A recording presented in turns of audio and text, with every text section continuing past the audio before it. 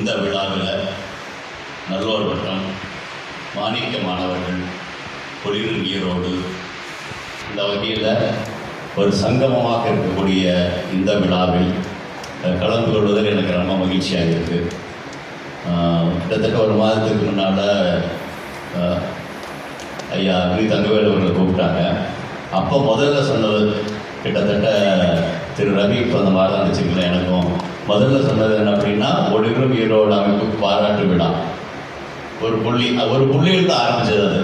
அந்த புள்ளியில் ஆரம்பித்து அடுத்தது நல்லோர் வட்டம் அது சேர்றாங்க.